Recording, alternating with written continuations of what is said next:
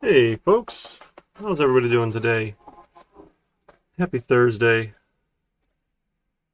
Whew. All right. I am a little bit hopped up on cold beds at the moment. Just fair warning, I might be a little spacier than usual. But the little guy and I, not doing well. He didn't sleep unless he was propped up on something, which made for a real long night. And then I'm hoping it's just spring allergies or something, but this is terrible. So, but we're here now, and I've got some coffee, so I'm feeling good about that. Hope you guys got your coffee too. And we'll do our best. All right, so a couple things. We ended up pushing off the Java MVC Tomcat stuff until this week. And we spent most of the time talking about basic authentication, looking at how we can put stuff behind logins and some of that in PHP, which was cool. And I had mentioned email. Now, the problem I had with that is you have to go create an email account, and I don't recommend you use one that you use actually day to day. and that was a little bit of a headache, but it's relatively straightforward. If you look at that email chapter, you just give it the username and password, and you tell it to send emails, and it's usually pretty good. So most of the time, you can just make a little burner Gmail account, and then you can authenticate to Google's mail server, and that works nicely. That's definitely not what you'd want to do in production, but it'll get by for now. There's actual email services and things you can use in some sort of any scale production website to do communications.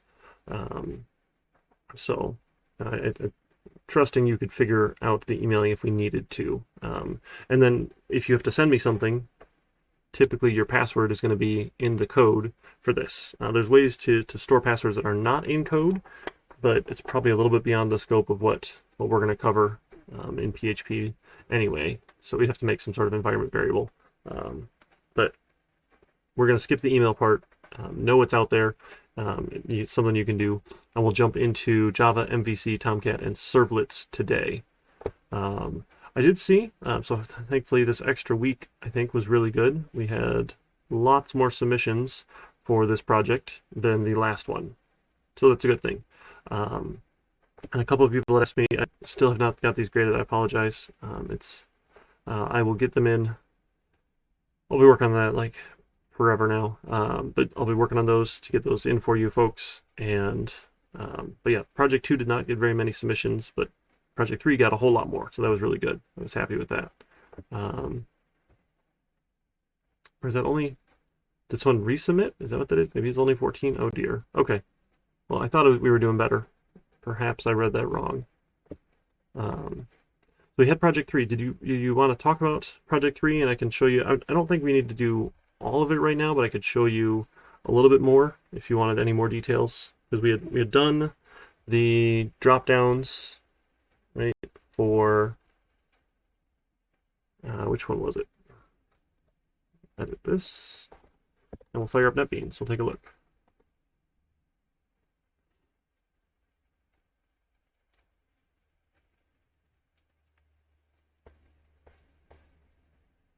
Yeah, so we're updating everything with the model view controller style, which I think in my example I had. It wasn't required of you in Project 2, so you might not have had that, so having to redo some of that was there. Adding create, read, update, delete operations for users, right? And then displaying users the current stock value for stock order. I think we did this last week. Right? We kind of added this. This is how you can join across those tables there. We didn't have an add or withdraw cache with a radio button for deposit or withdraw yet.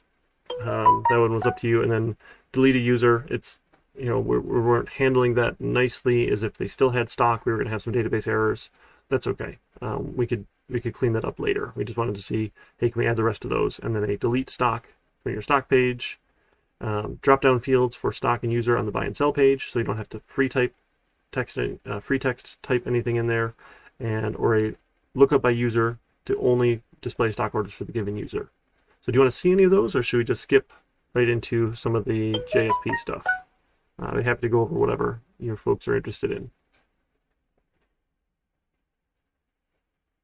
Well, Netbeans loads, of course.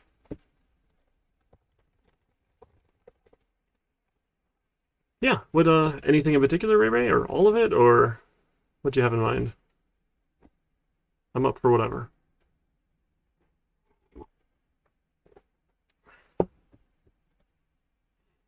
Come on, Netbeans. Yeah, well, we can give it a shot. Why not?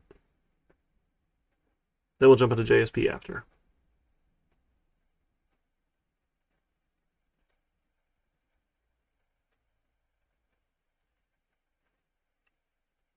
So I'm curious to see which style you folks prefer, whether or not you like the PHP or you prefer this Java, Servlet, and JSP style. Because for the final project, you're welcome to use either.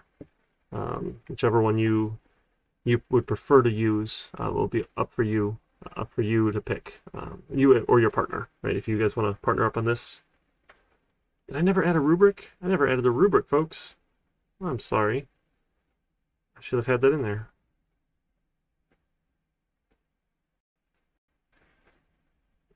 My goodness, Netbeans killing me today.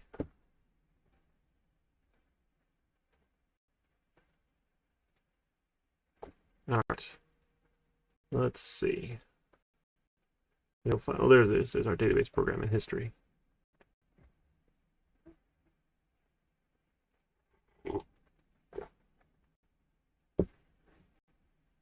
Maybe.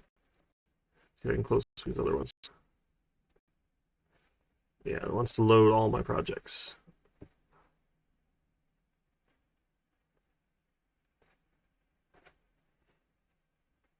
Yeah, hey Ray, you showed up and you're chatting, so we'll go with what you're up for. Definitely, that's sort of how that works.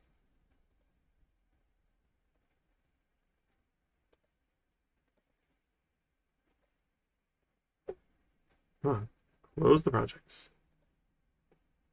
Yes, cancel opening projects. Broke Netbeans. It's gonna be one of those days, I guess. Okay. Sure. Yeah, no problem. We can talk about all that. Close. Close. Okay. There. They all closed finally. Now we can open up the new one.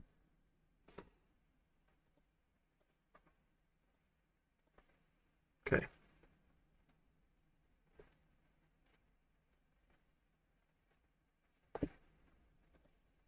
Oh, and I fixed the login thing. Sorry about that. I think I posted in the Discord channel about it. This little one-liner that I missed at the top. Anytime we're using that session, we need to call session start. So on any page that we want to look up session information to see, like, hey, have we stored their login in the session? We got to call session start. So if you do that, then the page can actually validate it and make sure that they're logged in to do these sorts of things, which is fun. Okay, so you use session start all the time. Then we've set the is logged in, and then if not, we can bounce them back to the login page. Login starts the session, can add that to the session. And the other cool thing, we can add other stuff to the session too. So in this case, I was having fun. I added username to the session, so we could go get the username out. So if we wanted, like on stock order, we could just use the username from the session instead of even needing a dropdown. Because really, you're not going to sell someone else's stock. But you know, we're just kind of taking these pieces as we go here. So that's what I get for skipping too fast through the book. Right? They like it's there one time they mention you have to use session start, and then they continue on. That's the problem I mentioned. If you don't actually read the textbook, sometimes you miss some stuff. Or if you're just skimming it real fast, you're like, oh sure, one line, and then you just you go past it. So all right, so let's take a look at what we had so far. Oh, I probably need to start some stuff, don't I? And drop everything off my desk. Oops. No, XAMPP. Let's start up our server site. How about that?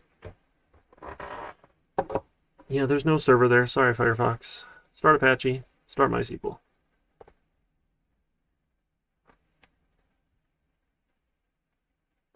There we go, and refresh.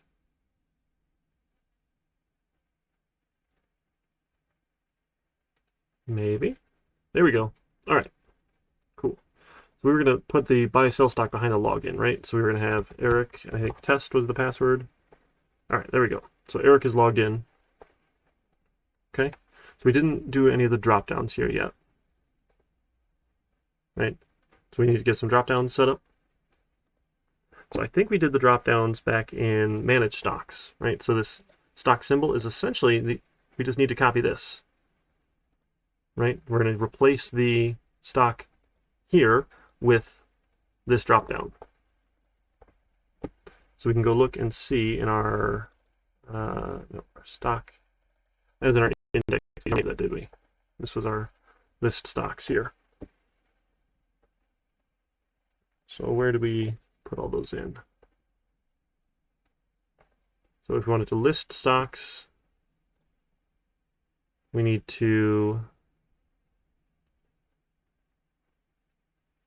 get all stocks here. This all stocks call was important for that. Okay.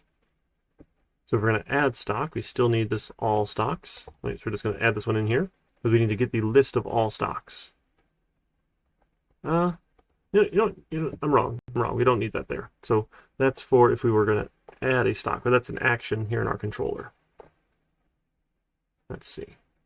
So our view here, That's what we're going to change this. Our view for stocks. We have this loop here because we have all stocks as defined on that page. So we just need to copy the select here instead of asking for the symbol. Did I have the label there? Where did I put that?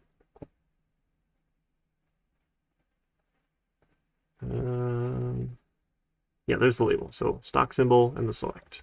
We'll grab that. So anywhere we're asking for the stock symbol, we're just going to replace the text input with the select input. And we can loop through our all stocks option. Okay. Oh yeah, we did it right here too, for update stock price. Cool. We'll give that a save. Refresh our page, and here we go. So now we have the symbol and the price. Oh, no, I'm dumb, folks. That was dumb. You don't want to do that when you add a stock. That's adds. Okay, this page was done. Yeah, because when you add a stock, you don't want the drop down. See, I told you I'm on cold medicine. This is what you get. Okay, so what is the stock symbol, right? Free text entry, and then the current price. For updating or getting a particular one, we have our drop downs. Okay. So we want to add those in buy and sell stock. Let's do that. Let's do that for the buy and sell stock. So let's copy that option over to our stock orders page here. So instead of a input here for the stock symbol, we'll do the select. I'm just going to tab that in so it looks a little prettier. Instead of the symbol and the text input, we'll give them the select input. So what they're going to need, though, they're going to need this all stocks variable. So in our controller for stock order, we need to make sure we're populating all stocks. So when we go to list stock orders, we need to populate all stocks, just like we did over here. All stocks is get stocks. Nope, stock order. There we go. So we'll get all the stocks. That way we can populate all of those drop downs here, which is nice. Okay, so that should hook us up with the drop downs. And then we need a users drop down as well. Right? Or do you want to go off the username? We could go off the username too. That might be fun. I didn't ask for that, but do you think that'd be more fun? To have the username be whoever's logged in? I kind of like that.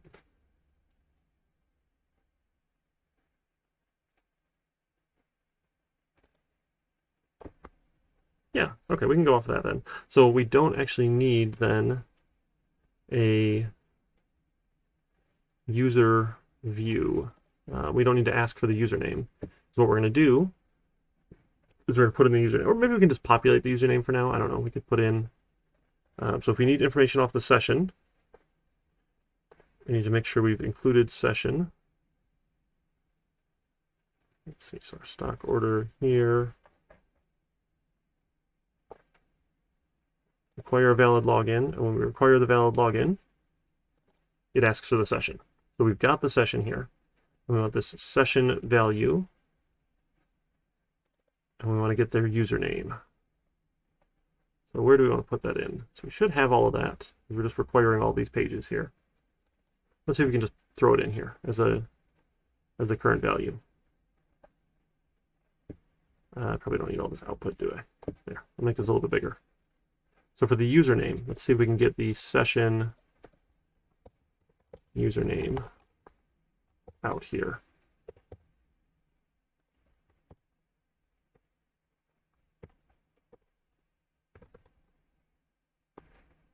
Come on. There we go. PHP echo session username. See if we can get that for the text here. Oops, that was not inside. Nope, that needs to be the value. Sorry. Value equals this thing here. End quote. End. Try that. No, didn't set the value. Maybe I'm doing it wrong. Come on back. Oh, yeah, that I didn't spell value right. That would be helpful. Value there. Okay. Value over input. There we go. So we're going to put their username right in there, which is fun. Why not? And I guess we could type it, or maybe we just we could even make that disabled, right? So I think let's see, JavaScript or Java. No. Disable text input. We don't need to do any fancy JavaScript. We can just disable it.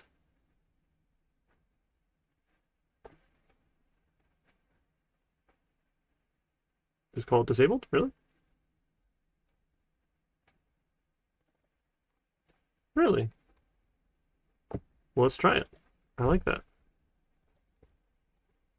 Disabled. Look at that. So now we put the username in and we don't let them type it. Isn't that fun? That's one option, sure. All right, we'll do the same thing for the cell stock there with our username.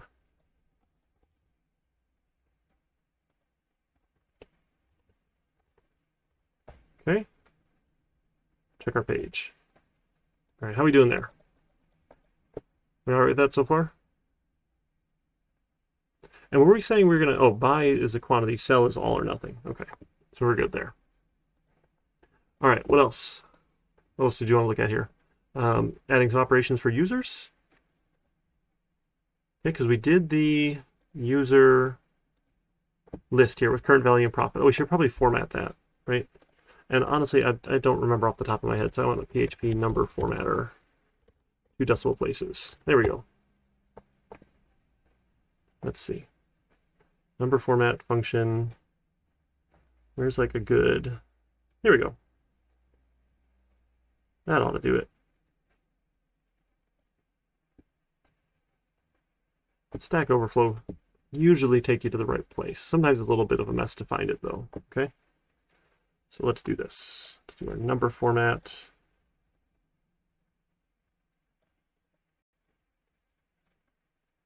Well, Yogi, I mean, I've been programming for 16? Since 2005. I started working full-time. And I wasn't a full-time programmer, but I would do programming pieces for the work that I did.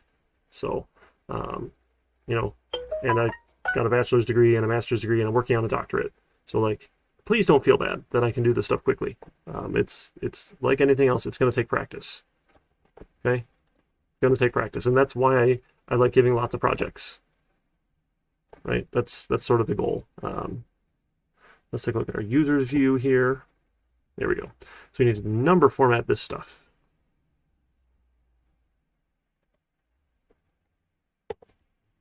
Okay, so we need to number format each of those things. So we wanted current value here. So we're going to take the current value out, throw that instead of foo. That's our current value to 2 decimal places with the period separator. I like it. And one more time here for profit. Cut out profit, put that instead of foo. And so number format was in the textbook. I don't expect you to have to cite your sources there if you got it, an example from the textbook, but I'm going to put it right here because why not, right? Let's see. Where should we put that little note there, right?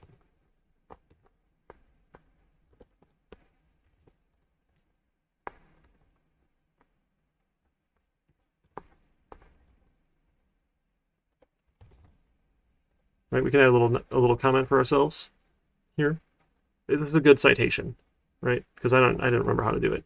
Again, if you looked it up in the book, perfectly fine. I don't expect you to cite the textbook because that's literally like what we're supposed to be learning from the textbook. So no big deal there. But let's see if that rounds. There we go. Oh, cost needs a rounding as well. Look at that. Isn't this so pretty? They bumped that up one line. Just it's going to bother my OCD-ness if I don't put that. Or maybe we'll just put it up here. Just a little bit out of the way. Then we'll number format our cost. There we go. We could even format their balance too, right? Do we need to format their balance? I think the balance looks okay so far. There we go. That's looking a lot better. And we could even put in dollar signs, right? If we wanted. I go dollar, dollar append, dollar append, dollar append. Why didn't I copy paste that? I should have just copy pasted that. There we go. Look at that. Oh, we don't have the comma separators now though. Where is that? This last one here? Do we want comma separators? Is that what this does for us?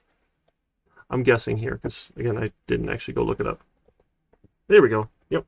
So now we get the comma separator as the thousands, or the separator. We get our pretty commas. And look at this. This is already looking a little better. Again, the table is ugly. I apologize. Right? This is not the goal of this class is not you write pretty websites. Please go take one of the web design courses. Right? The goal of this class is, can we make code talk with a database? Right? And figure out how we can have dynamic websites, which is anything and everything in the real world nowadays. Right? Like every website you ever go to in the world is going to be database backed. Almost everyone. I guess I shouldn't say every, but probably every useful website is going to be database backed. Right? We're not just here's a plain text file that we're going to serve up on a web server. Right? We're well beyond those days. Okay, cool. So that's looking happy so far. So we did some pretty formatting. Now we needed ways to add users and delete users, right? We were going to add all those CRUD operations for users here. Okay. Well, so on our user view then, we need add user, delete user, update user. I don't really actually know what I had in mind for an update of user. Oh, update I guess was the add and withdrawing cache, right? That's what we should do. Okay. So if we want to add a user, right, that's that table there. That's good. That's our list. And then we can add. So I'm just going to go copy because we have some add options over here already in our docs page, right? We have an add, we have an update. Let's just take the add here. I'm going to steal this whole form so I don't have to write it again. And we'll come back over to our users page. And we'll try a add user. Add user. So we don't need a stock symbol. We just need a username. Username. Name is username. We should probably add a spot for password, right? Because we can go set the password. This is password. And if you do the type of password, remember it does the cool blanking for you, which is really nice. And we're going to add our action here then is add user. We probably also need a balance. Right? So an initial starting balance, or maybe after we've added them, then we can go use the deposit or withdraw function. So maybe we don't even need a balance. Right? Maybe we just do it this way. This is add user. And where does it need to post to? It posts to users.php. Hey, Imperium. How are you doing today? We are doing PHP for our class here, XFAM class, if you want some more information. Okay, so let's give that a peek. See if we can get our add user. Cool, so we've got it. Again, we're not doing anything with it yet in the controller, but I can, enter some gibberish here, and it should take us right back. And if we look at our network view, here, let me try that again. We should see, here's our request. Here we've posted a request, and we can see in our request, here's these fields, right? We can that's kind of behind my camera, isn't it? There, oh no, you can see them there. So you can see the data we've sent. Okay, so now in the controller, we need to go look for this action of add user. Let's go take a look. So we're looking for add user in the controller. So let's take a look at our user controller. So we always want to get all of their info, right? And then we can look for particular actions. So let's, again, let's go copy all this. Why not? So let's take all this. Right? This is getting, the rest of those should all be out of post, right? Yeah, yep. So I'm going to copy most of this. I'll come back over to user. So the action is in the Git, great, we'll get it. If it's not there, we'll check the post. If it's not there, we'll go to, say, I don't know, list users. And that'll be our default action. Right, so the default action here was list users. That was it. And then else if the action is equal to, what do we have? We had add user. Then we need to go do something else. Sorry, that should probably be on that line. You know, I had thought, so I think what happened with PHP is we don't actually do raw PHP as much anymore because there's so many good frameworks for it. But the problem is, like, this is a college level class, and we try and shy away from teaching a particular framework here, and rather these are like the fundamentals of the language itself and how it works. So I looked this up, actually, because I had thought it was losing in popularity, but what was losing is like doing it by hand. But if we can do it by hand, we'll understand the frameworks a little bit better. That's sort of the idea here. This is what PHP share of websites or something like that. I had looked this up, and there's actually an annual survey. Yeah, W3 Techs does this. I don't know who these people are, but sure. And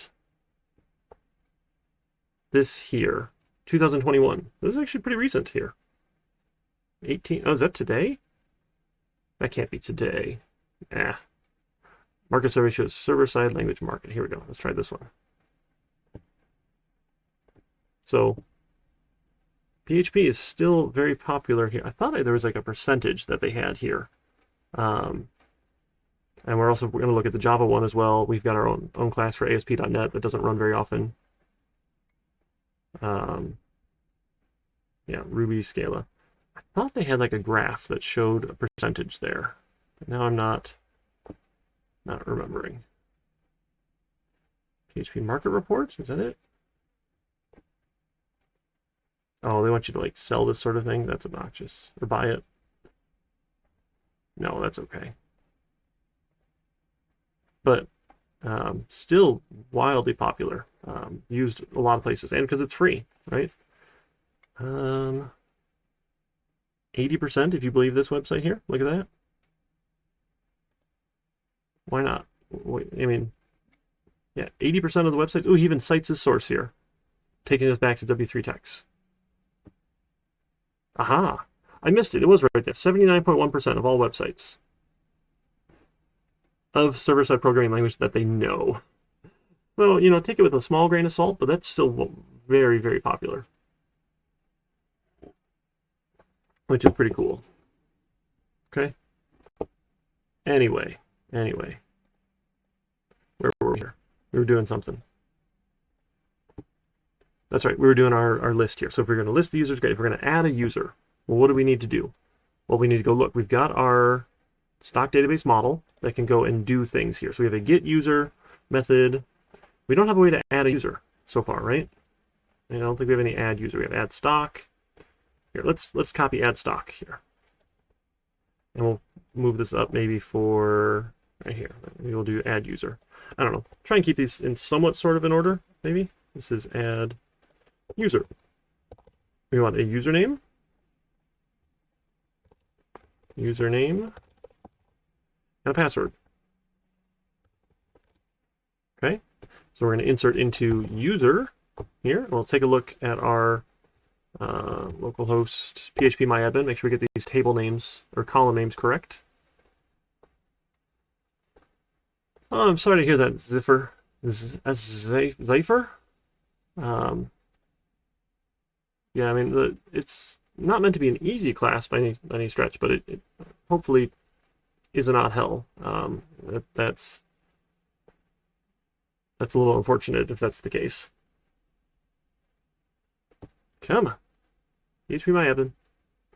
Got all of our stuff running. It should work. Wake up. It's close enough. I'm sorry. Or was that saying for the research data? There's no timestamps in chat. I wish I could turn on timestamps. I think actually I can see. It's just a reply. That's not it. Where? Nope. Okay, still have internet. It's just going super slow. There we go. It's our little test database here that we made. Take a look at our user table. All right, so we have balance, name. Oh, we have password hash. There we go. So balance we're going to default here. We're probably going to put in a 0. We had defaulted it to 1,000 just for fun. But we need name, password hash, and balance. So insert into user. We want name. We want password hash. And we want balance. So we're going to insert there. Then we're going to have username. Username. We're going to have password. And we're just going to put a 0 balance in for now. We're going to bind username to the username variable. And then we're going to bind password to the password variable here. And we should be able to run our query. Okay, so to get the password hash, remember we had to go and do that step. Where was that? We did it, was that in login? We do the hashing?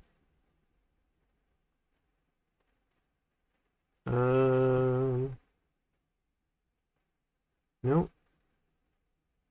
Is that in the login view? No, that's just post to login. Oh, we did that password step, didn't we?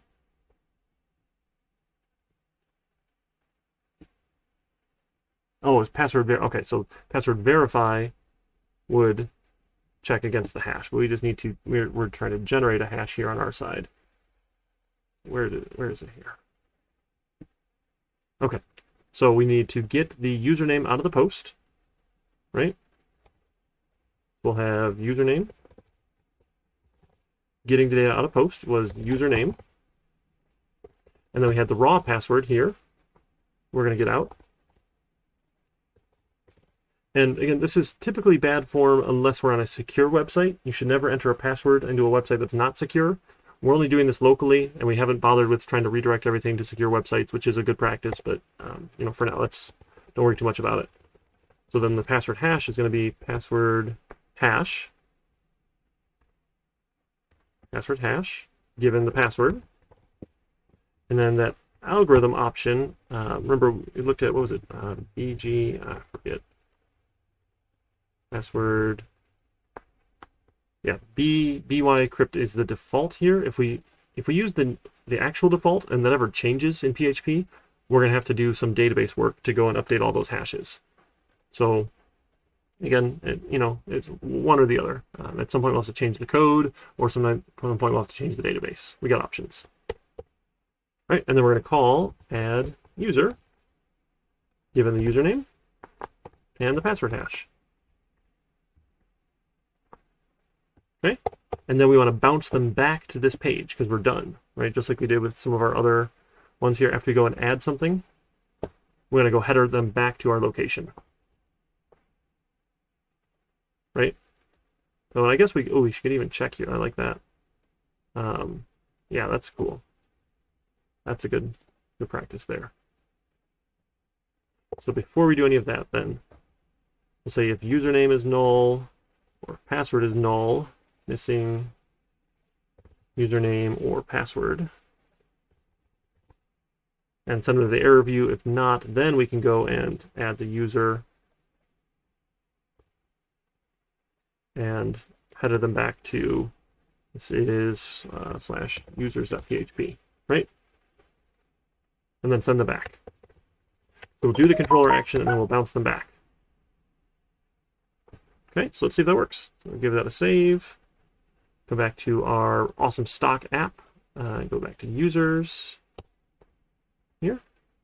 Okay, so we're going to try and add a user. So let's add test and, I don't know, password test again. Why not? Oh, uh-oh. Unable to, undefined function add user. All right, did I not call it add user in our database? Add user. Maybe it didn't save. Oh, I didn't save that one. Had not been saved. Okay. You know what? I'm going to rename this here to hash just to make it clear that that's what we're doing, because I think that's probably cleaner. Just to remind ourselves every time that that should be a hash. All right. So let's go back. All right, let's try test and test. Add the user. And look at that. We added a user. It worked. Cool. And then should we do a deposit or withdraw option here then as well? I know, right? Mind blown, Ray.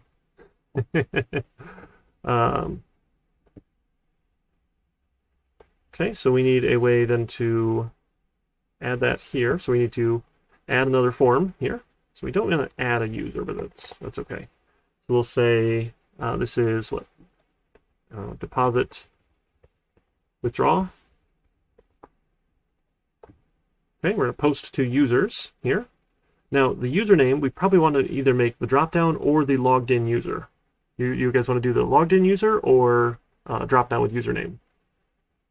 Totally up to you. I'm up for whatever.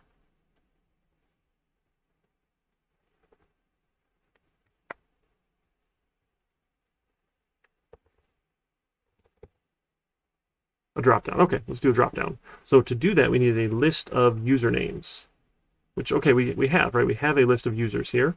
All we need to do is take their names and throw those into a dropdown. So let's go look at one of these where we did one of those dropdowns, because again, I'm not going to remember how to do all this, right? Make a select with options. We'll come back to our users. So in update user here, then instead of username being an input, we're going to have, this is user name is going to be an option dropdown. This is for users, right? That's our list of users, right? As user,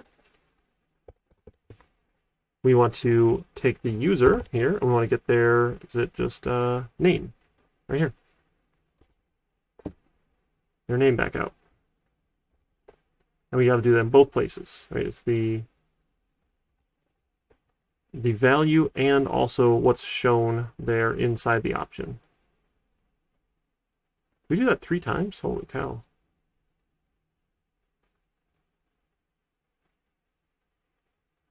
Okay, it's the value and it's the option itself. Oh, goodness.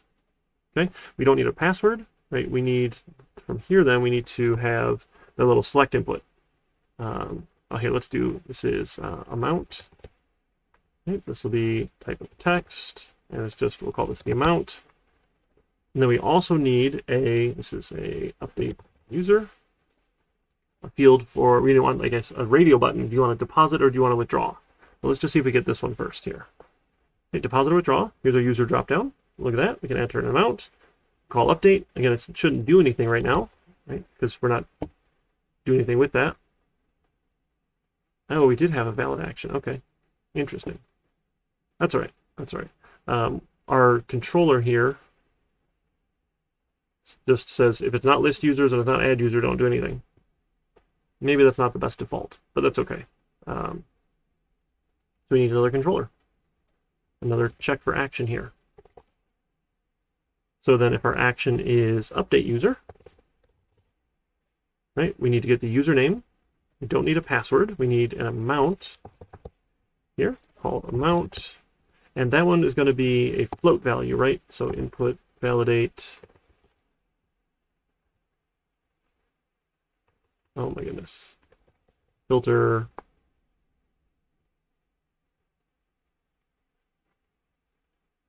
Yeah. Filter. Validate. There we go. Validate float. Knew it was one of those. And we got an amount. Okay. And then if it's missing, sure. We'll say it errored. We don't need to get the password hash. And then we're going to call an update user method here in a minute. We're not quite done yet. We need a little bit more information before we can do that. Okay. So back on our view here, we're going to need to also send it is this a deposit or is it a withdraw? So that is a radio button input. So radio button input. I'm just going to Google it here because I don't remember where it was in the book. Input type radio. Sure. Well, this W3 Schools is decent for this sort of stuff. Radio. Here we go. We'll just copy paste that. Type radio ID is deposit. Name is gender. Value is deposit, I guess. or deposit. This doesn't look right. Is that right? Really? Okay, sure. Withdraw.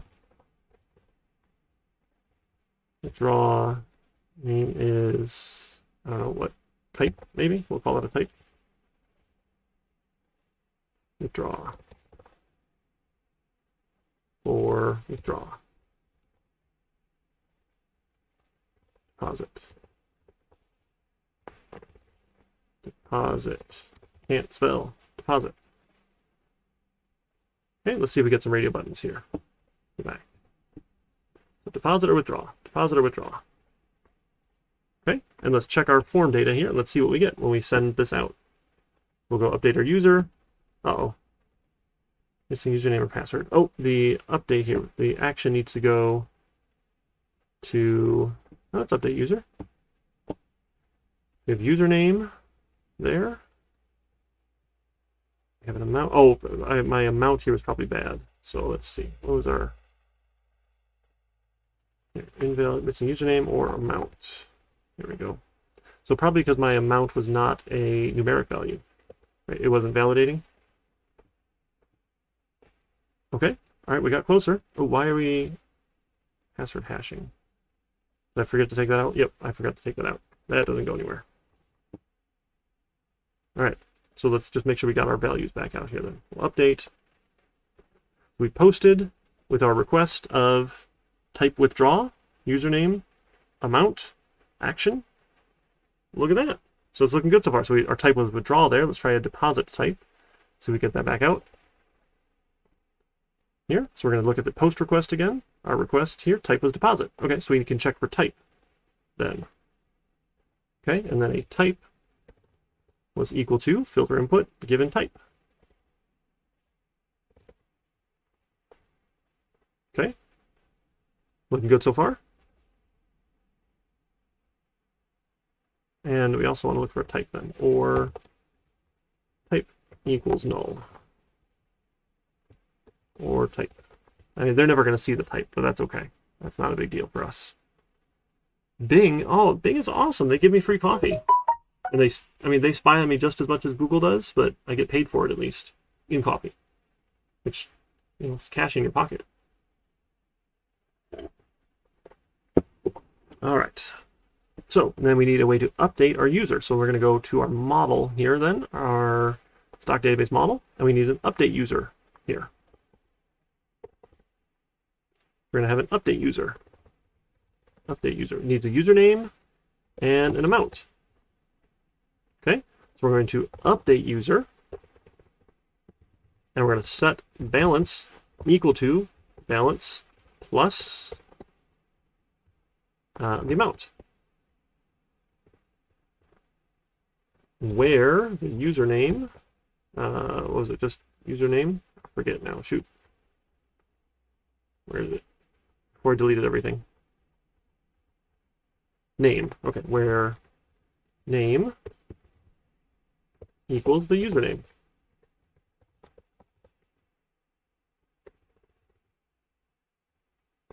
Okay, and there's no values, right? We just update. Boom. We can prepare a query, and we're going to bind username to username. Then we're going to bind amount to the amount. That's it. That should go update the user. Right? Take the current balance, add to it the amount. Now what we're going to do with this is, if it's a deposit, we're going to do positive. If it's a withdrawal, we're going to do negative. Right? That's our little trick here. So in the user controller, now we're going to see, so we need to check if my type equals withdraw,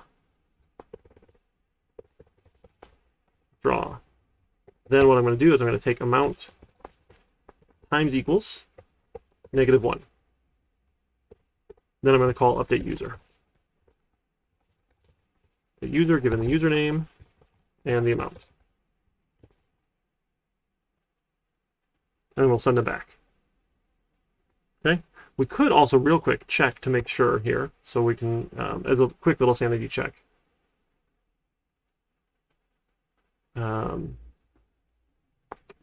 Let's do this. We'll do an else if the amount is less than or equal to 0, we'll say that's invalid. And then this will just be an else here. So if they gave us a negative amount, we're going to say is invalid. And we'll bounce them back to an error page. Right? Amount cannot be negative. Because then, like, if you're depositing negative, we're screwing things up. Or if you're withdrawing negative, we're screwing things up. Okay? So then we know our amount is fine. We can just flip it here, right? With a quick little -1 check. We can go update the user and bounce them back to the user's page. Okay? Let's give it a shot. So let's see. Let's go, let's take Eric and let's add, say, $500. Let's go deposit. Oh, I balance it up. Oh, yep. Okay, I guess we have to round cash balance. That's ugly. So back to our user view. Round all the things, apparently. Our number format, the balance, with all these thingies. Okay.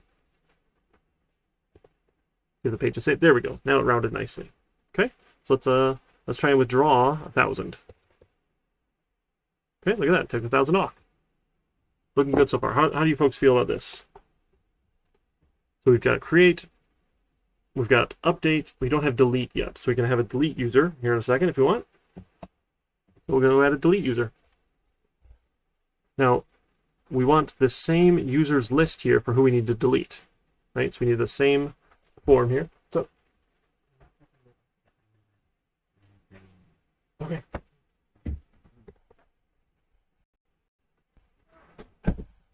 Apparently Roblox is hot. My son wants to get in on playing it. I did not buy any Roblox stock, though, after their IPO, or direct public offering, or whatever it was. Let's delete user. Maybe I should have. So we need username. We don't need any of this other stuff, right? Because all we need to do is pick a user to delete, and then trigger this delete user action. Okay, so we can pop that one back. And this is delete user. Okay. And it should show up on our page. And we have a delete user with the dropdown. Okay, looking good so far. But now we need a delete user action over in our controller. Yeah, so it's just, step by step by step. We're just going to take one of these and add what we need to do for each of these here. So we need this one here. I don't know. We'll copy all of it. We'll come back. Else if it's delete user. Hey, Blowfish, thanks for hanging out with us. We got the username. We don't need amount. We don't need a type. But if the username's null, we got problems. Missing username. No else if, just an else. All right. And we're just going to we'll probably have like a delete user function. Here, that just takes a username. Okay, so that's it for how we handle that action. So go back to our model and let's add a delete user.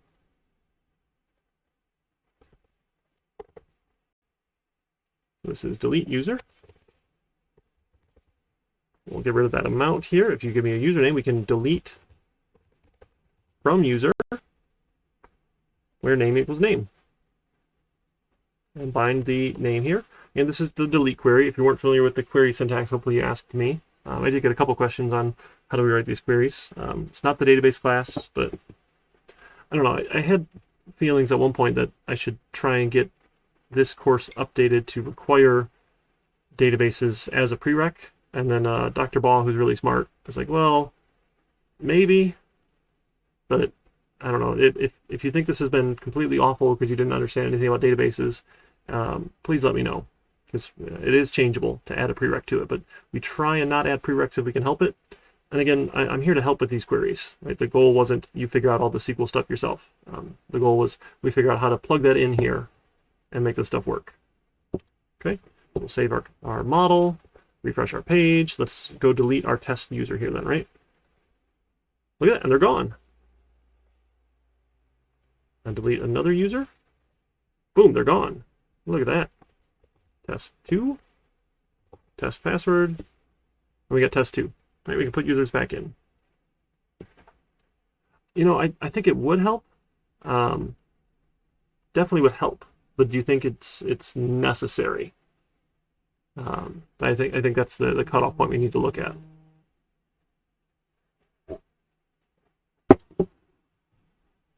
I also got involved. Apparently, I don't know how these things happen, but we have like a suggested plan for how you would complete an associate's in CIS software engineering. And the plan was terrible. So I sent back a new plan that does not ask first-year college students to take 17 credits in the fall. So hopefully that'll go through. It's just a suggestion anyway, but it seems silly that we have that. I don't know.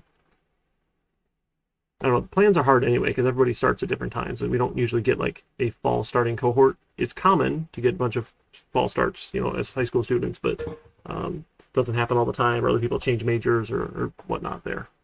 All right, so how are we doing? How are we doing on this? We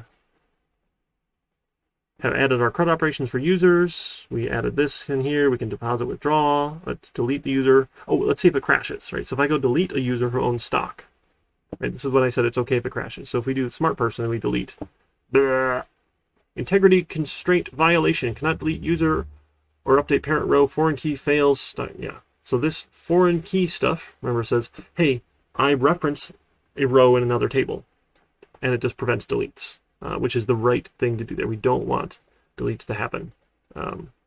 So again, it's an ugly crash. We should do better, but we're not at that point. We're going to do better. Okay. We could just add a quick little check like, hey, if the user owns stock, we'll spit back out an error that is nice and clean and say, oh, the user owns stock. They have to sell their stock first. And they probably want to withdraw all their money as well, right? Make sure you withdraw down. And we didn't protect against withdrawing like ridiculous amounts of money. So like if I withdraw, a ton here, I'll go negative. Sure, my stockbroker apparently has put me on credit or something silly. Why not? And lots of other things we could look at checking. Those are other habits we have in programming, right? But again, can we get this functionality here? Was kind of the goal. Okay, a delete stock option on the stock page. And I think that was it then, right? Oh, the lookup by user option. Okay, so we're close. We are pretty close. Do you want to do the rest of them real quick? Let's go to our stock page and add a delete stock option. Kind of like an update stock, right? But we're going to delete.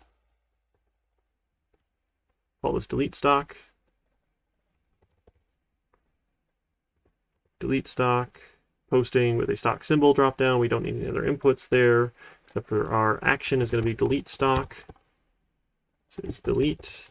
And then we'll go to our controller, our stock controller, which is index. Sorry, we never changed that one here. Else if it was delete stock. We just need a symbol here. If the symbol's null, we tell them we're missing the symbol. Include that. Otherwise, we're going to delete stock given the symbol. And we don't need this query string there, right? We can just send them back to the page directly, because update would show them just the one symbol.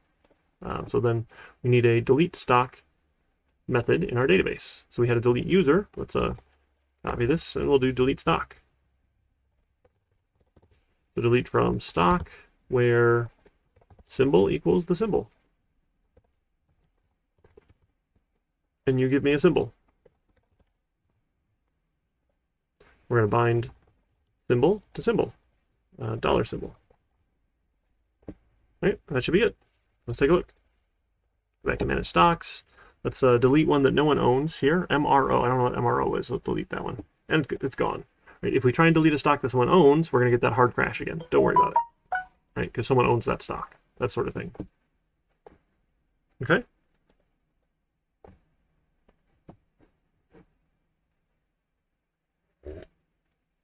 And then the last one there then was our stock order list. We want to be able to filter by user. Right?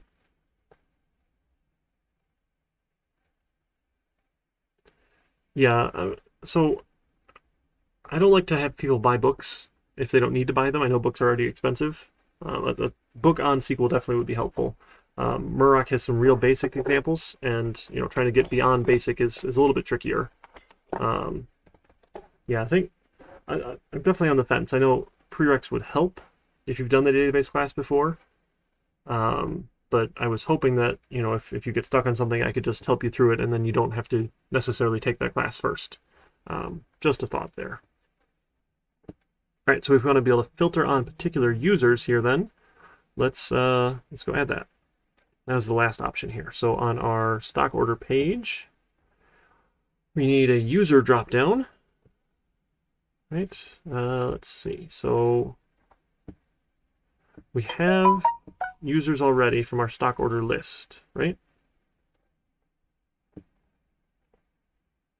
Symbol on your own name. So we have name from stock order. Right, we've got the list of users there in stock order. We have of all the users listed. You know, I kind of just, do we have a better get user? Get user? Nope. Find get user. That's with stock info. Here's get user. So we could just call it get user. Oh, that's for a particular username. It's all users. We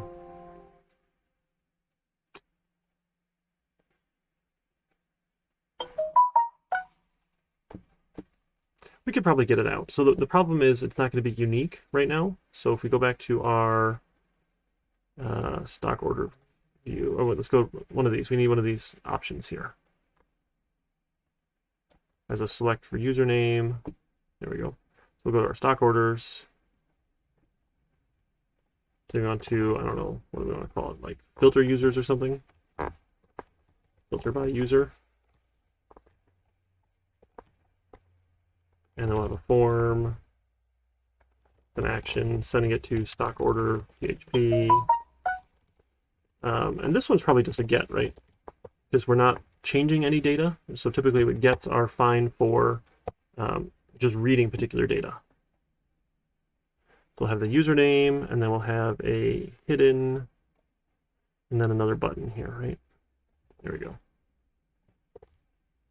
This is, what do we call it? List stock? Do we even have a default? I forget if we even had a default. This is filter by user, maybe. And I think what all of that was supposed to go in a div for data. This is form, yeah, it goes outside that. Okay, so we don't have a users list right now. Right? We have stock orders. So we can say from stock orders, stock order, get out the stock order name here, which is really the username. But the problem here we're going to run into is we're not going to have a unique list, and that's going to be a little sad. See if we add that there. Let's see. Then we're going to get a user list, but they're duplicated, and that's not really what we want. That's not great. We don't. Yeah, we do want a blank option to start, so that's good. So we want unique users. Well, we can make a list of these things, and then we can see if they're already in the list. It's not. I don't know. It's doable that way, but. So we can, or we can just add a get users. Maybe get users is better. Where do we get that users list anyway? Where's our users list? That was in the users controller.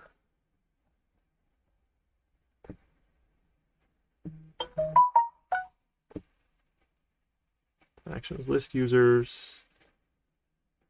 Oh, get users with stock info. Sure, we'll just do that. Why not? So we'll do that in our stock order controller. We'll put that back as users then. So on our stock order controller, you go to list stock orders. There we go, list stock orders here. That was our action, so list stock orders. And we'll throw that back as users here. User and users. There. This will be a little prettier. And it's just the username. This way we're not going to have duplicates. And we can do another database query. It's not terrible that way. We could have done it in code too, gone through and made a list out of each one, but I think this is probably easier for us. I'm going to filter by user. Oops, it didn't trigger it, did it? Users. Do we add that to our controller? I didn't save it. That's what happened. I didn't save. There, now we've got data here. Okay, Now, filtering again doesn't do anything yet because we're not handling that filter, but that's okay. We'll go handle that filter in a second now. So then we can say, if we want to do that, we can have a particular user, as we can look for some input. User, looking for, what do we call it? Username, I think. There's a particular username. Yeah, username was that one. Cool.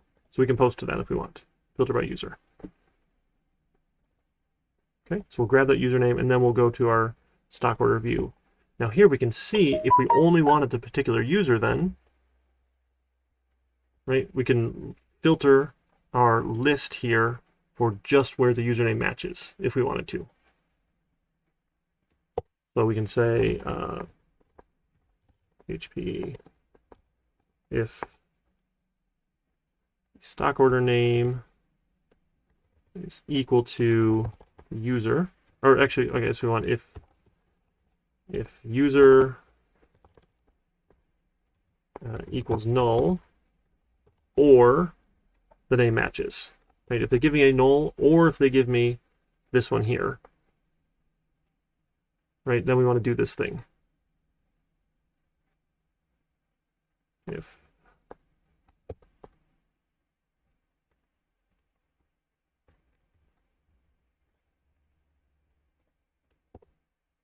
and then end that PHP. So if it's null, either I didn't pass a username to be specific or the name does match, then we'll list it all and just kind of wrap all of that in a little if block here. Let's see if that works for us. So right now it's null, and then if we filter by a particular user, oh, it didn't work. That's okay. Let's see. Make sure we get the right value back out. So we get username was Eric. That goes in the request. No, isn't that in the request? Oh, we didn't post. That's right. It's right. It's just right there. So username is Eric. So are we grabbing that right? Take a look at our stock order controller. User. Oh, that's right. It's in get data. That's why we weren't getting it. Make sure that one comes from the get data. All right. Let's try that again. All right. So now if you filter by Eric, great. If you filter by nobody, we get all of them. Filter by test, there's no orders there. Filter all. Okay. How's that one feel? Is that it for the project then? Look up by user. I think we got everything, right? All right, awesome. Let me save all of that here then. So I gotta go find all that nonsense. XAMPP, htdocs, database program. Close it down. Make sure I've got everything. There, good. Got it all. And I'll go throw that in my GitHub here for you. Give me a second. Documents. Yeah, nope, that's the wrong documents. This documents. GitHub. 2454. There we go. Awesome. So we'll go to GitHub. Oh, I don't need this Java servlets thing. We're going to redo that in a minute.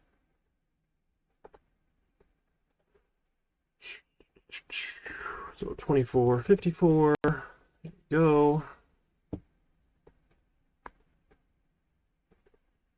Let's give that a look. This is project 3. Okay. Oh, I didn't need, that's fine. That get an org change is okay. We'll commit and push that, and then we're due for a break. Why don't we take a 10-minute break or so, and then we'll come back and we'll actually now finally move into Java servlets and JSP pages, or JSP. The P stands for pages, so we can go from there. All right, let me throw some music back on here, and we'll take 10.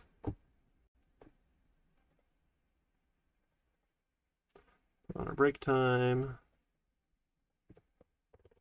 we'll go to I don't know, 19. That's 10 minutes.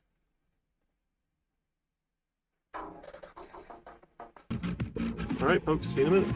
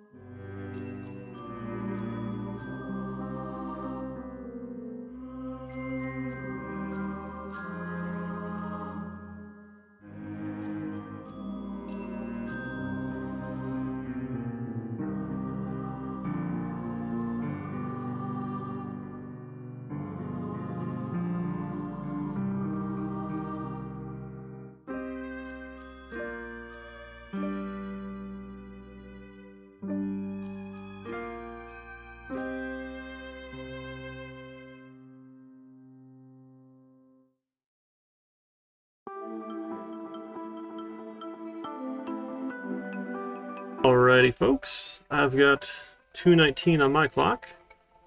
How about you guys? Alright. Got that one. So, talked about the project. I think we're good there. We can go back to the next topic. I closed the project down. We are ready to start talking about Java. So now we don't need Apache anymore. We're going to stop Apache. We're going to get into MySQL later, making Java talk to the database. We're not doing that today, so I'm also going to stop my database. All I need is Tomcat. Now the problem here is that the start button for me didn't work, and I'm suspecting for you folks it won't work either. We need a little bit of work here to get this thing up and running. So what you do, you come into your configuration and you go to browse, and we have to fix something. So what happens here with Tomcat, it has a whole bunch of cool things to make this thing work. Tomcat's a really interesting server. Okay. Most of it starts with this Catalina start. Okay. So this is what it usually runs to start up Tomcat here. So it's trying to start and it's just failing there. So I just canceled it here. That's all right. And what you usually get is you get the JDK JRE is missing error here. So by default, it doesn't know how to go find it for some reason. You'd think it'd be a little smarter than that, but that's okay. So we're going to go take a look here. Oops. CD XAMPP Tomcat. So in the directory, right, this is just my view of it here. If I run that Catalina start again, we're going to see all those same messages here. Except this time, now it sees my Java home. So I've went and updated this myself. So for some reason, it works when I tell it to run. It doesn't work when XAMPP tells it to run. Don't sweat it. It's not a big deal here. That's okay. So what we can do, though, is we can fix, so I killed it here, is we can fix where it looks for the JDK when it starts. So in, where is it here? I think it's in bin. No, not bin.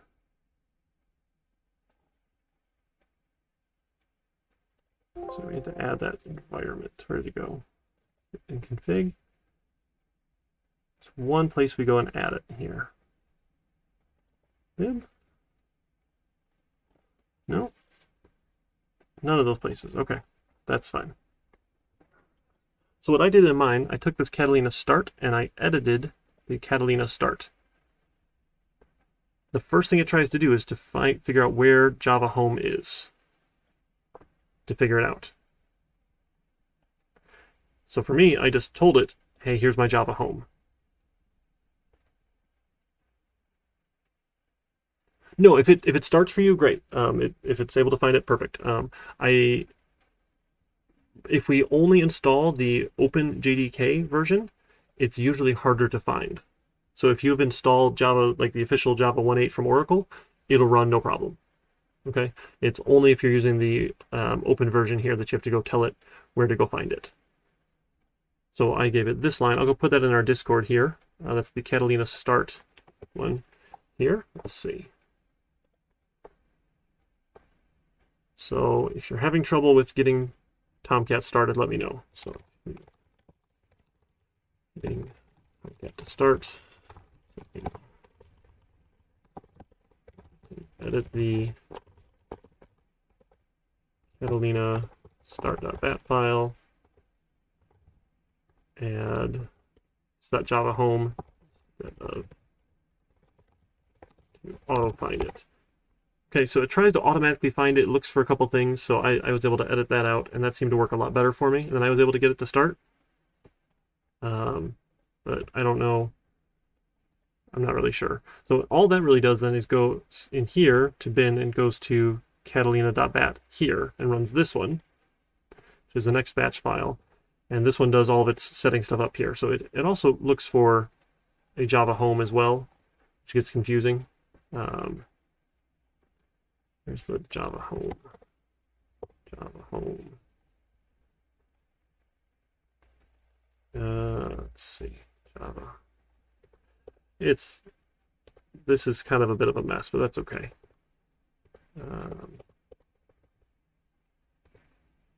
Here we go. So this, it looks for that Java home that was set in the other file as well. Okay, that's all. So administering Tomcat is a whole other story. We're going to try and avoid most of that headache if we can help it. Okay, but you should be able to get it started. If it does work for you, great. If not, or you can even come in here to Tomcat, and usually just running Catalina start works. I don't know why Xampp has so much trouble with it. But for me, double-clicking it seems to work, but when Xampp tries to start it, it doesn't, and I haven't figured out why. But once it's there, Xampp says, oh, it's running on port 8080. So with Tomcat by default, we use 8080. So we were using a different port with Apache, right? It defaulted to 80, and I changed mine to 50,080. In this case, the default is 8080, which usually is open here. So we're going to go to localhost :8080. This is a different web server, so localhost :8080 will get us the default Tomcat page. And here's the Tomcat page. This is the default page here. So if you can get this far, we're in good shape. You got it started, we can see it. Okay? That makes sense so far? So again, if you're having trouble, let me know. I can help get you started up and running there. Yeah, so Perkins, AD Perkins. Yeah, if it starts, great. It does take a little while. There's a bit of a startup process, so don't worry too much about that. Okay? Then what we're going to go do is we're going to tell Netbeans that we have an Apache server. Sizifer. So is it giving you like the message in here that I can't find it when you run Catalina start, or were you trying it from Xampp? Because Xampp still seems broken. Like, make sure you just go to config and then go up a directory, the Tomcat, and you can try the Catalina start. And usually double clicking it should work. Okay, if not, we can take a look and see. It's particular. It's a little bit particular, but usually just a little bit of tweaking there will get it up and running. So why don't we chat after? We can do a little screen share, and we'll get you set up, okay? So once that's there, right, the way Tomcat works is everything goes into web apps. And there's a whole bunch of things in web apps that we can then get into. So all of its pages here belong in web apps, which is fun. So they have a whole set of examples, which is really cool. All sorts of JSP, Servlet examples, sorts of good stuff here. Okay? But what we need to do is we need to tell Netbeans we have a server. So when you go to File and you go to New Project, now we can pick Java Web here, a Java Web application. And it might ask you to install some stuff, and it's going to load up a bunch of modules here, and that's okay. We're going to create a Hello World project. So I already had the add-ons gone because I've gone through and tested this. It should something about Java EE, like enabling Java EE support. And the good news is now this will work. I can put it right in my GitHub directory. And then it will deploy automatically to Tomcat. That's the piece I never got figured out with PHP. It didn't seem to deploy every time I wanted it to. So I'll be able to update my code really easily and show you how that all works. You tell it next, and you tell it which server. So I had already set up mine as an Apache Tomcat server.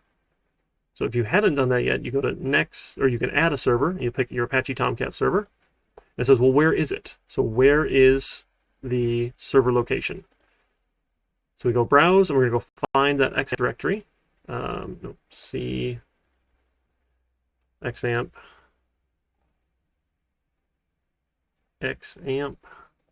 Tomcat. Right, that's where the Tomcat server is. Now it's telling me, hey, I already have one, right? Because I've already added mine. That's okay. And then you go through and you're going to make a new user here for this manager role. This creates something behind the scenes in Tomcat to be a manager. I just put mine as test and test. Right? Just make it easy. That's okay. So I'm going to cancel mine because I already had that added. And what you can see, if you open up that config directory, oh dear, we got all sorts of these here. So in config, there's a Tomcat users file here, and if you edit this one, I'm going to open like mine in code maybe. We can see it's going to go add that user to the list here. And that way Apache or Netbeans can go and work with Apache to deploy web apps and things like that. It's pretty cool. So you'll see all the way down here, it goes and adds that user. So I have the test user here, and they're a admin and they manage scripts. So I get to set up so we can talk to it. All right, once that's all done, great, we got the server, so I'm going to use mine. We give it a context path. This is where I'm going to find my application from localhost. So it'll be localhost / hello world. And I don't have it yet. I haven't started the project, right? But that's where it's going to be. I'll go next. I don't need any of the frameworks. We're not going to bother with any of those for a while. Okay, and we'll start up a new project. We get a bunch of stuff here right off the startup, which is fun. Sorry, that's loud. All right. Let's see. Okay, and problems. I don't know what problem does it have. That's fine. I'm just going to hit close. I think that goes away in a minute. It just needs to load. So we get web page. We get an index JSP. We get a web INF folder, and we get a meta INF. We get a bunch of things that show up in here. Then we get a source packages where our actual code is. Okay, and all sorts of fun config stuff here. So the index page, right, is this default page here, a little hello world page by default. We'll get to JSP stuff later. No, this is a Java web app. So new project, Java web, a web application.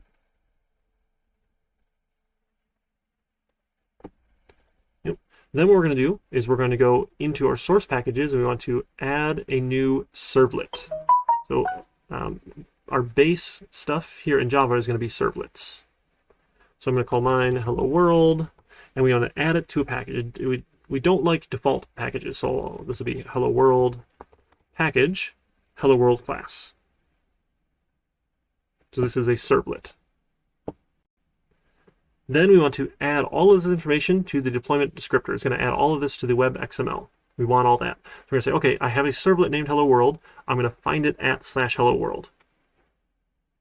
So Tomcat is crazy configurable. We can do some really neat stuff with it. Unfortunately, it's a little messy sometimes to have to do all that config. Now we see we get a hello world file with a bunch of stuff in here, which is cool. Bunch of stuff. And now we get a web XML file. This web XML file, this is the mapping. So all of this tells tells Tomcat where your servlet is. So our servlet name here is hello world. The servlet mapping says, hey, if you go to /hello world, go to the hello world servlet. Go look up the servlet here, and when we hit the servlet, which class do we run? Well, it's the hello world package, hello world file, hello world class.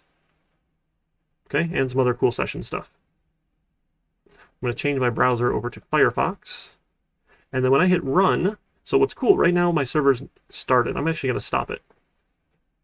Netbeans is able to start it itself, which is really fun. So we'll just close that, sure. Okay, so it stopped. So when I go to run here, it's going to go and launch Netbeans for me, or launch Tomcat for me. Netbeans will do all that, and we're going to see it start up here in XAMPP. You should see it picks up, oh hey, that it's running all of a sudden. Where's my output? Split. No. There's the output here. So it's going to start up. Oh, a key name. Okay, I didn't see that one before. So we'll see it's actually starting Tomcat for me here. Right, this is all the things it's doing. Oh dear, what's it complaining about? It's thinking about it.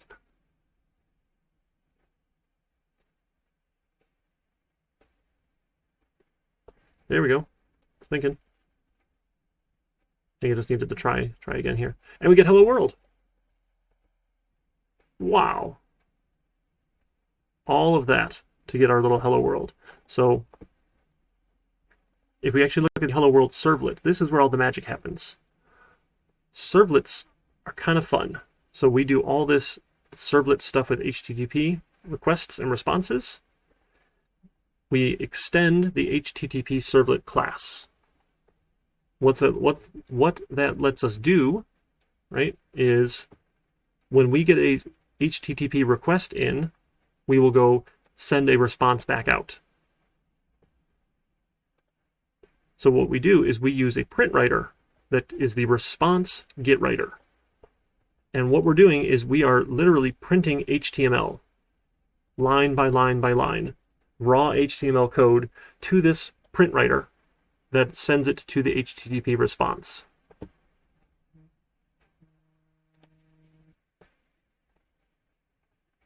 Okay, so this is the, oh dear, where'd it go? I'm back. It's unhappy with me right now. We're working on it. Where'd it go? So this is actually the hello world. I believe that's the JSP file. We haven't actually hit our servlet. Come on. Because we didn't get the servlet hello world. What we got was our index JSP page, right? That just says hello world.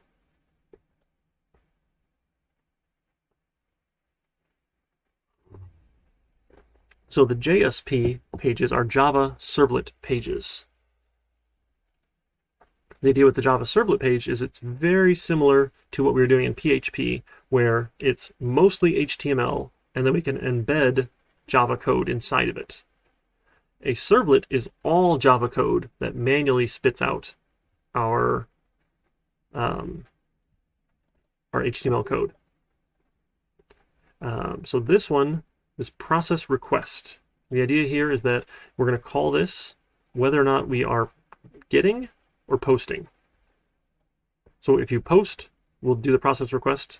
If you get, we'll do the process request. So we can have different handling for gets and posts in the servlet. Okay, I'll show, here's some servlet info. I mean, this is all just Java code. For some reason it doesn't like the word servlet. I don't know why it thinks that's misspelled.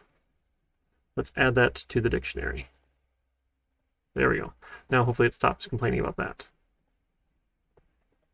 Okay.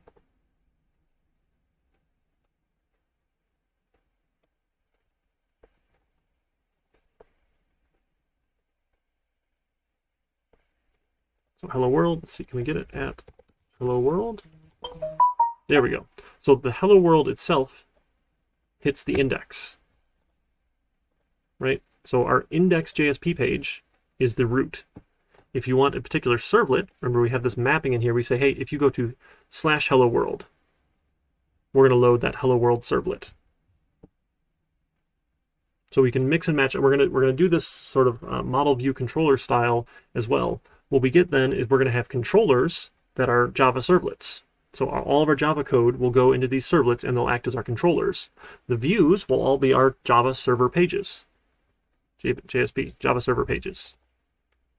Right? That way I have mostly HTML, and then I can add in some Java code inside of it, just like we did with the PHP views. Okay?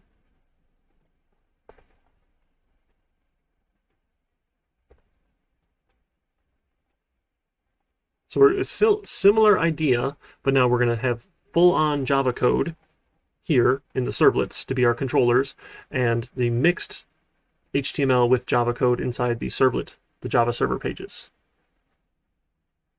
Okay?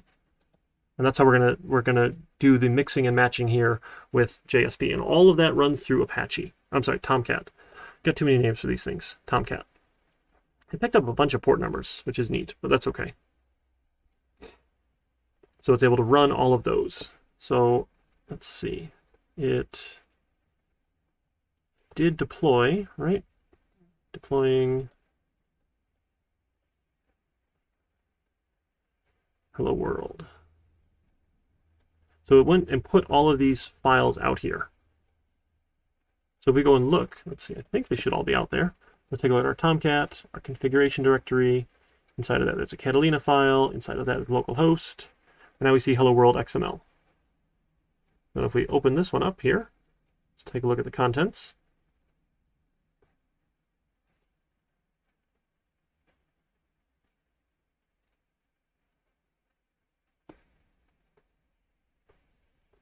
Say, okay, sure. So it is going to run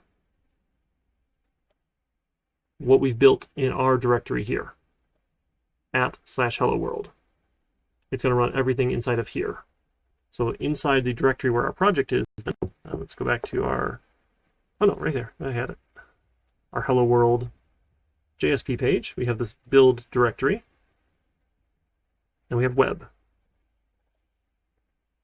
So web is everything now that we're running in debug mode. Okay, we've got the web INF, right, with the web XML. It's got the classes here, the hello world package, hello world class. So that's the class file that we're generating for the servlet. Right, remember, Java code gets compiled down to class files. So that's our class file there. And we just point to it. We say, oh, here's where it is. And we do the mapping. So our web XML here, let's edit this one. It says it's tons of config. So ideally, we're not going to have to be involved with a lot of it. Right, we'll see this was that web XML file that said, here's hello world, here's the servlet.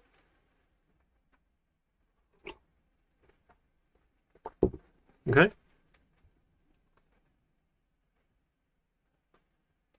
So all that gets stuffed into our web directory here. Here's our index.jsp file, the meta. We don't have to do too much with that. It's got this content here. Right? It should be the same as this content over here. And this one just says, oh, hey, here's our path. Okay. I don't know why I put it down there. That's weird. So doing HTML inside of servlets is obnoxious. Right? Having to print line every single piece here. You can do it, but it's obnoxious. That's why we want the JSP views, right, to load that data for us. So we're going to use this as the controller, and we're going to send requests out to the JSP, the Java server pages. Okay? And again, we can have separate ways of processing our requests, whether or not they are gets or posts. Right? We have different options here for what we want to do with our servlets. Okay? Let's see. So how far? We're hoping to get a little further along, but definitely want to take the time to make sure we can get our base Tomcat server up and running and connected with Netbeans. Let's see. How are we doing on this? I think we're a little bit behind, so we've pretty much covered the stuff we missed from last week, 1 and 2. Setting it all up. So then talking more about servlets. And we talk a little bit more. I wanted to have the 4th project today as well. Just a basic servlet here. But doing it without Java server pages is kind of obnoxious.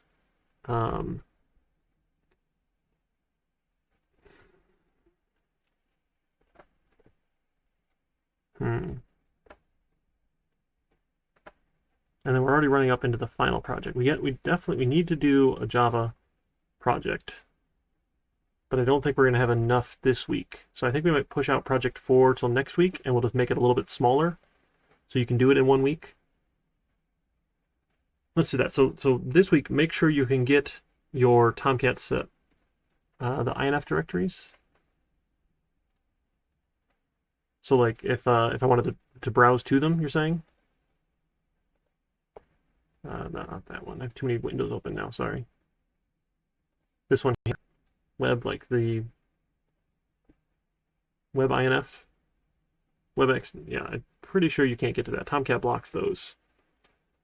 So it'd be web INF, web XML. Yeah, it gets blocked. So the final project you can do in PHP or Java. Whichever one you prefer. We're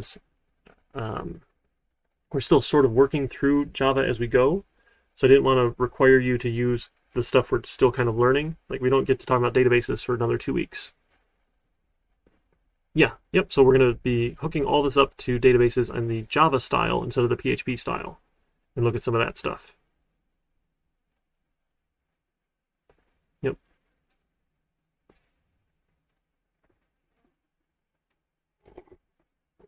So, and I do definitely recommend, if you folks are up for it, pairing up with someone for the final project is hopefully going to be worth the hassle of trying to coordinate effort with people. It's a little bit of extra work to have to work with someone, right? Because then you have to share all your files back and forth and do that. I can set up GitHub repositories if you're familiar with GitHub for you folks, or you can make your own there to share the contents like I've been doing with my examples. If you're going PHP style, the JSP style just works right in my GitHub directory is going to say, hey, a bunch of new stuff. Great, we like all this. This is Hello World Servlet. And I can just commit all my code here, which is nice.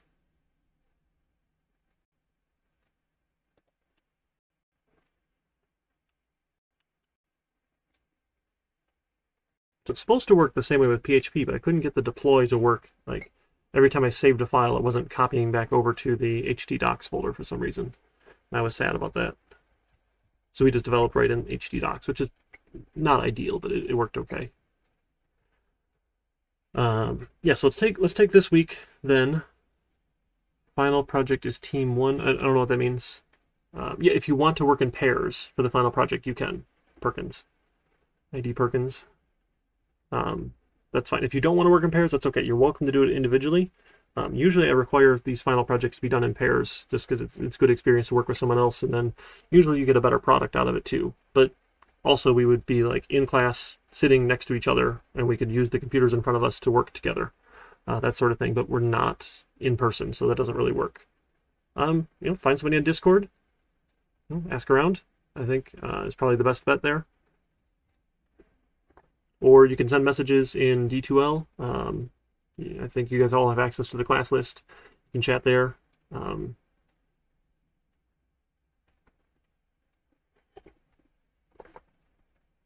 Yeah, I'm real hesitant to require group work given this remote environment. And some people are asynchronous, some people are synchronous. So it tends to be a little bit messier with what we've got going on now. So, sorry, what's a good idea, Yogi?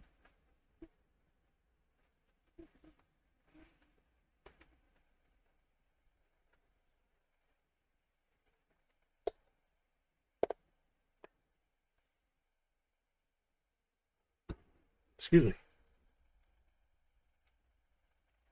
And I think I had mentioned this before. I don't remember. Oh yeah, in D2L.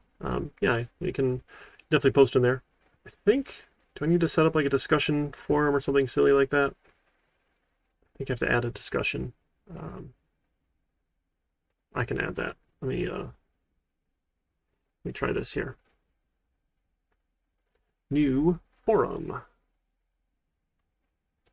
Let me just pop it on my other screen for a second here. I don't know what all shows when I do this. For group.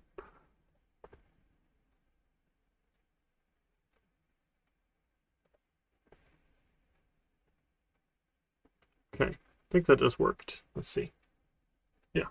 Okay, so I started a new looking for group forum. If you want to post in there, you can.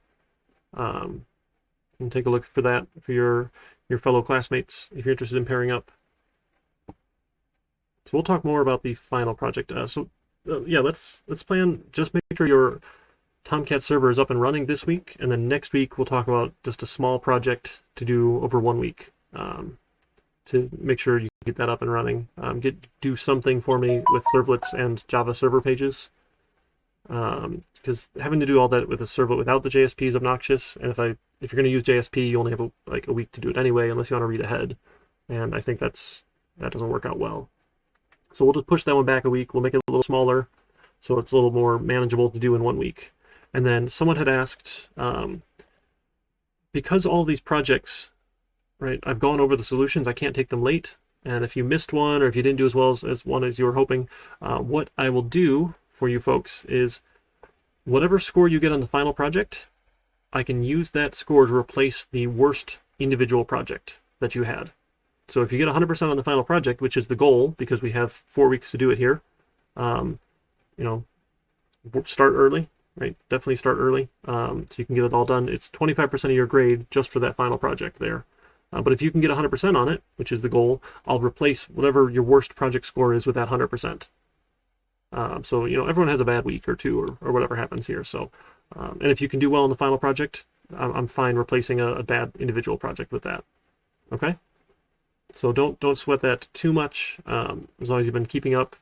I know if you got behind, you missed a bunch of stuff in PHP, right? That was kind of, we're building on this little stock trader project here as we went.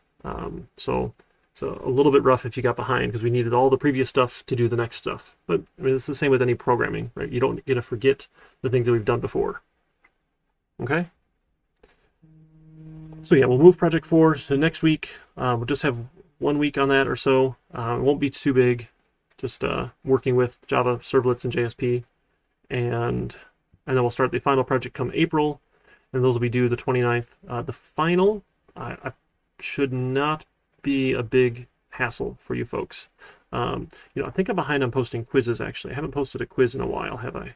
When was the last time I did a quiz? It's been a little while. Yeah. Oh, I stopped at chapter 4. I should do more of those. The quizzes are generally your incentive to read the book there and keep up with it. So let me do that. So yeah, so we didn't do any on arrays, functions, MVC stuff. Okay, I'll post a quiz here. I'll do that. Quiz for intro to servlets and for PHP. That's a little bit of PHP. So I'll post 2 different quizzes. Those are good practice for you for questions that you can expect to get on the final. Okay? So those hopefully will be helpful there. So I'll get those posted. Sorry for missing those earlier. No one seemed to complain much, which is probably okay. All right. Yeah, the final exam should be low pressure. Not it's the You're not going to have to memorize anything. It's all open book, open notes. You can't work with other people, though.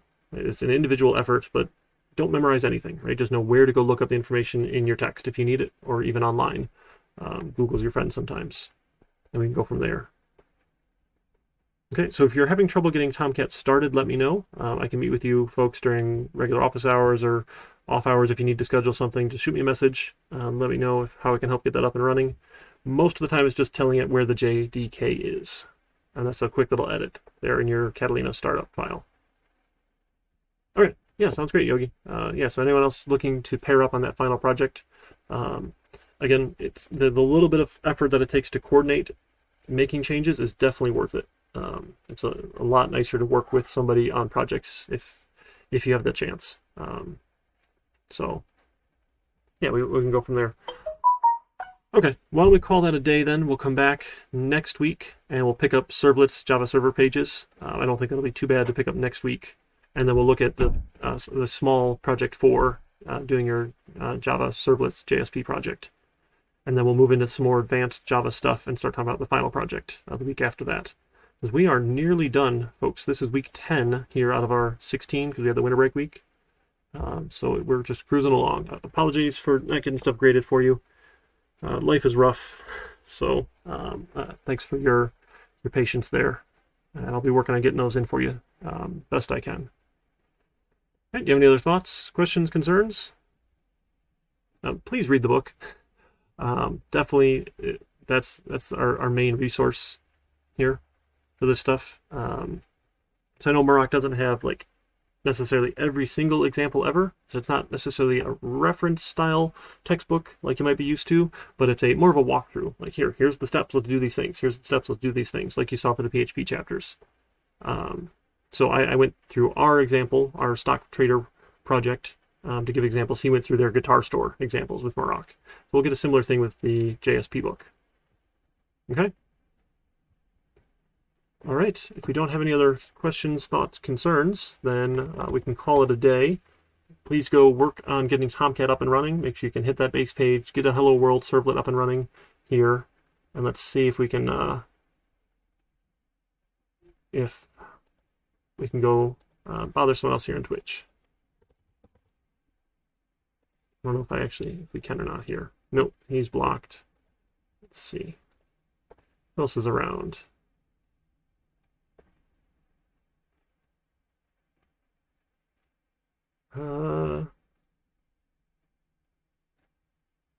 Maybe this one over here. Let's try that.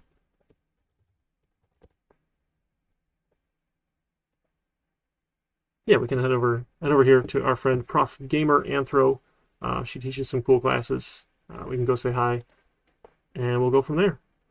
All right, take care, folks. Please let me know if you got questions, concerns, if you get stuck on something. I'll help you out. Take care. Let's start with the